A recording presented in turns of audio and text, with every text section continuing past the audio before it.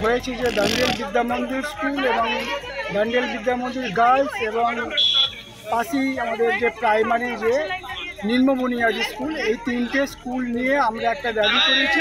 যে র্যালির মুখ্য উদ্দেশ্য আমাদের স্কুলের যে পারিপার্শ্বিক যে পরিবেশ বা জায়গাগুলো সেগুলো একেবারে মানে জঘন্য থেকে জঘন্যতম অবস্থায় রয়ে গেছে এবং অস্বাস্থ্যকর পরিবেশ হয়ে গেছে। যে অস্বাস্থ্যকর পরিবেশের মধ্যে আমাদের ছেলেমেয়েরা কিন্তু পড়ছে এবং তথা আমাদের শিক্ষক শিক্ষিকা সবাই পড়ছেন, যাতে করে ক্লাস নেওয়াটাই খুব মুশকিল হয়ে যাচ্ছে। ইভেন ক্লাস যখন হচ্ছে ছেলেমেয়েরা নাকে পর্যন্ত হাত দিচ্ছে, আঙুল দিচ্ছে, টিপে বসে রয়েছে। এরকম পরিস্থিতির মধ্যে দিয়ে আমাদেরকে রেগুলার ক্লাস করতে হচ্ছে।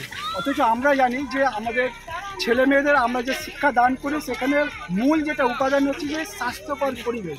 সেই স্বাস্থ্যকর পরিবেশের জায়গাটায় কিন্তু বিঘ্ন ঘটছে। আমরা চাইছি আমাদের স্কুলের আশেপাশে যেন পরিষ্কার পরিচ্ছন্ন থাকা উচিত, আর এবং আমাদের মানে স্কুলের যে পরিষ্কার বোধটা আর মানে নোংরা যে জিনিসগুলো সেগুলো যেন না ফেলে।